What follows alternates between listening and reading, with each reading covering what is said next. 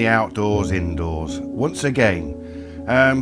You caught me indoors though, as it happens today. I'm not out and about where I live here in the Eden Valley in Cumbria. The weather's a bit mixed today and it's a bit breezy, so I thought it's easy to just film myself indoors. In this video though, we're going to explore one of my favourite parts of Lakeland, Buttermere. In this case, you're going to be joining my friend David Powell-Thompson and myself, albeit I'm behind the camera filming, of course. I'm not in front of the camera. And we're going to be taking a walk up High Stile, one of the most popular peaks in the Buttermere Valley. And it's well worth the effort if you can get up there, as you'll see in the following video. Please note, even though I put the show the route at the end of the video, it does vary from what you're going to see in the programme at the end at least, because David mentions he's going to do a route he's not done before down High Crag, which leads to Sheepbone Buttress.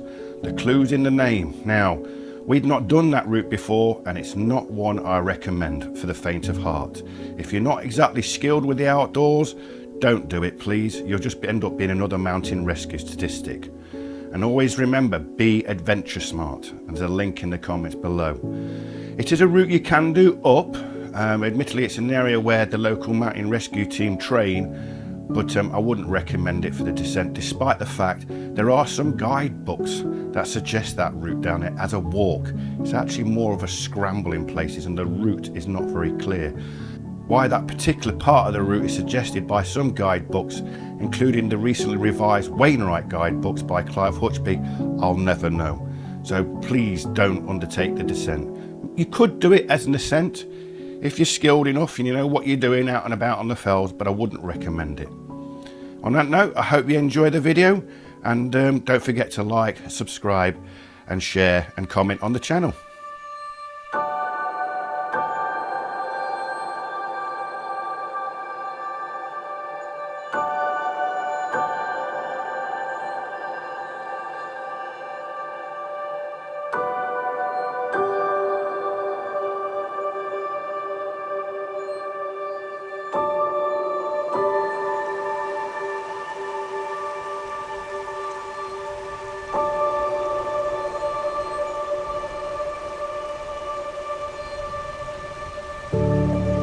Any visit to Buttermere has to include this particular fell I'm on now, Red Pike, and I'm just about to approach Bleaberry Tarn, having come up from Buttermere village, up the zigzag pitched path, painful though it is.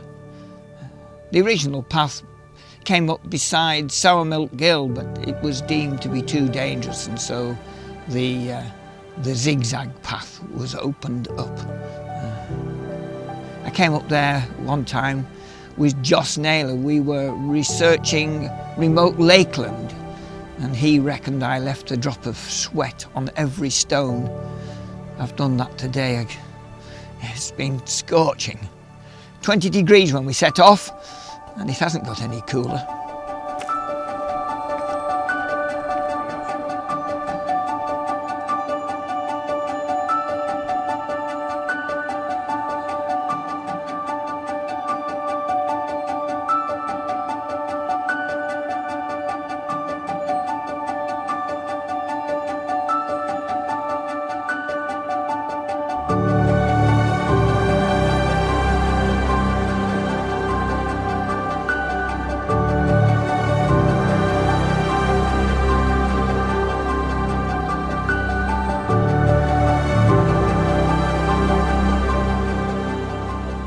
And this is Bleaberry Tarn, one of Lakeland's jewels.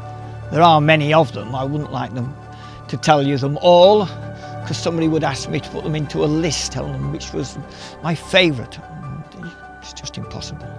But it's a magical setting with the crags round the back, the high wall behind it. Well, once you get up onto the path that goes up onto Red Pike and look back over Bleaberry Tarn and into the surrounding fells, its setting becomes even more magical.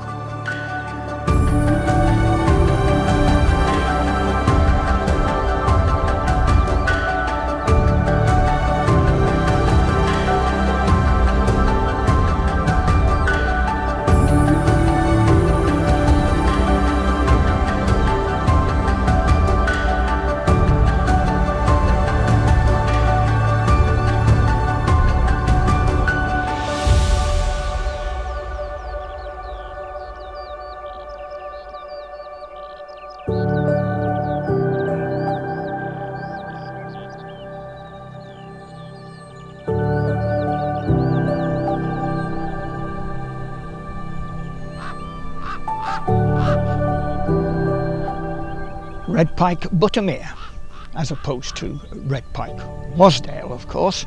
Red pike Wasdale being slightly higher, but this one is actually red. Cyanite being the mineral that causes the redness. You have to actually fight to get to the top of red pike Buttermere. As far as Bleaberry Tarn, it's just walking up stones. And then as far as the shoulder between red pike and Dodd, which by the way is a burkitt. If you're collecting burkitts, don't forget to pick it up. And from here it's onto High Stile. It's virtually follow the cliff edge. There's a good path, and it won't be difficult to find. You can actually you can find your way there even in mist.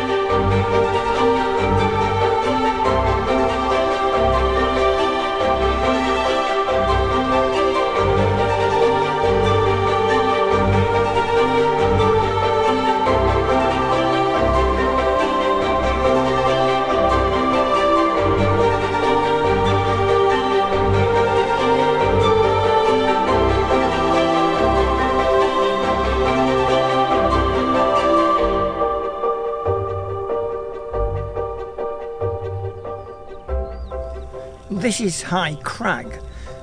I meant to be able to say something on High Stile, but unfortunately it was completely clouded in. What on earth is happening with the temperature today? Annandale there is full of cloud, whereas Buttermere here is cloud-free. Really strange. But the story I had for you about High Stile was that in 1996, when Joss Naylor was 60 years old, he was challenged to do the 60 highest summits in the Lake District in one circuit.